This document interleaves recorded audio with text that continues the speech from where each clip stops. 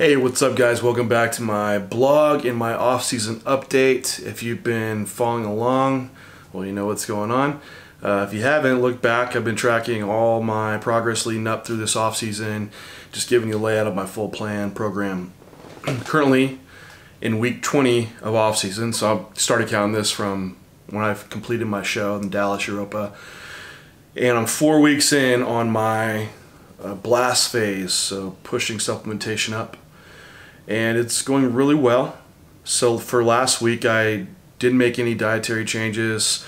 Weight was kind of trending upward, but hadn't made any drastic movements, so I just didn't change anything. This week I was actually a little bit lighter. I was 248.4. However, looking at my pictures and just how I feel throughout the day, I'm definitely feel a lot leaner.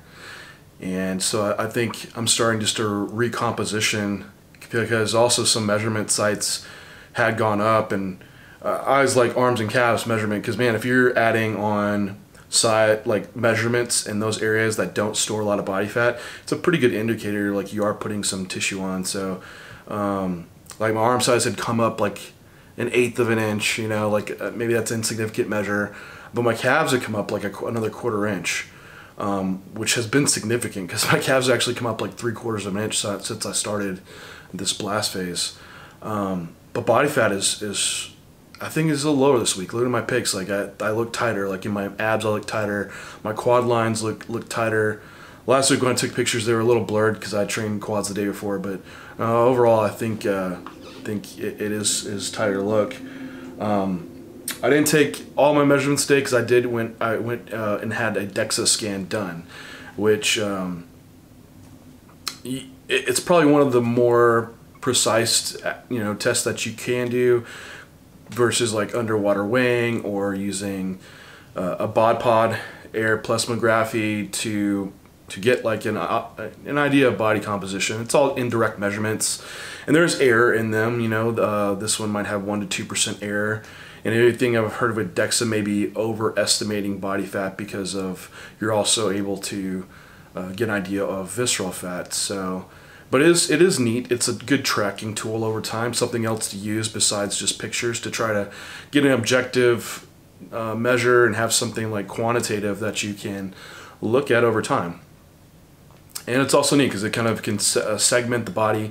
You can see, your lean mass in each limb and compare them. Like for instance, my left leg was 500 grams less than my right leg, which my left leg is my injured leg, which at 500 grams, it's nearly like a pound difference. So you can see stuff like that. You can get you an idea about symmetry. But according off of this, I was 7.6% body fat, which I would be surprised. I would have guessed maybe I was around 11, but that's off that calculation, and which puts me around 233 pounds of lean body mass, counting that's muscle, organs, teeth, hair, skin, all that stuff. So now I will say, like, the scale there seemed heavy, and then even getting on the table, it was a heavier measurement. So I think my numbers are a little lower than what that is, maybe 3 to 4 pounds lower than that 233.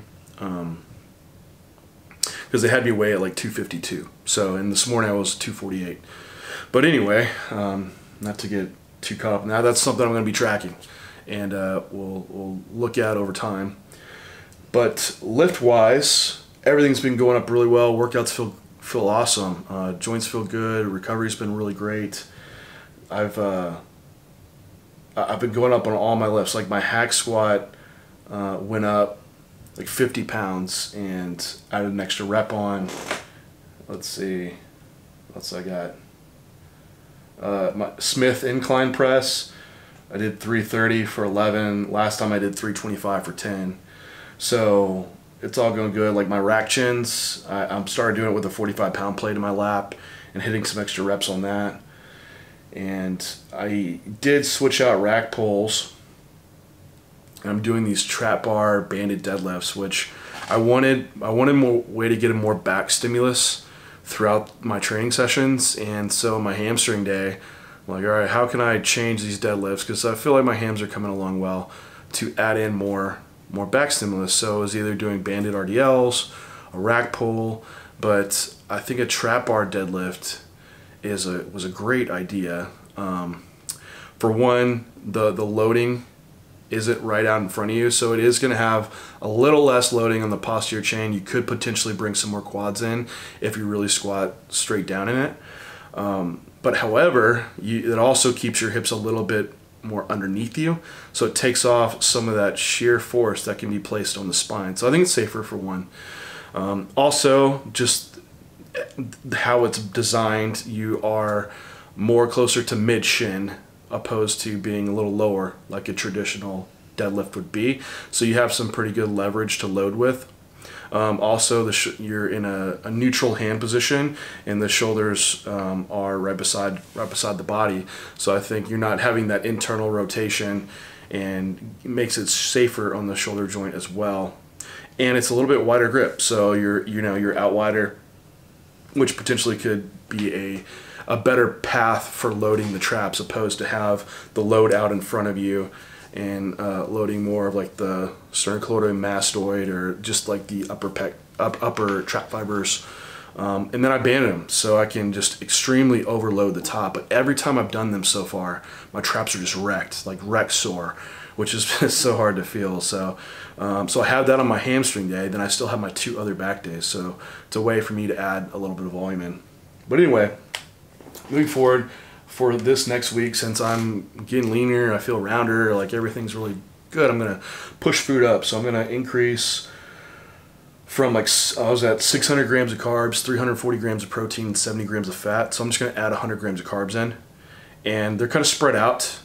I am doing like 1 bagel post-workout, so I'm just gonna add another bagel in. So that's a majority of carbohydrates where I am adding, but then the rest of the carbs are kind of are spread out throughout the meals. So it's just about like 70 grams of rice added to each meal, which puts me pretty close to 4,800 calories. So far for the off season, this is definitely high for me, calorie wise. But that's really it for this week. Everything's going well, so just keep on going with it. Looking at this DEXA scan, it makes me really wonder if I could get down to 212. And going into off season, my mindset was just grow and enjoy it. Not do anything crazy extreme to try to grow.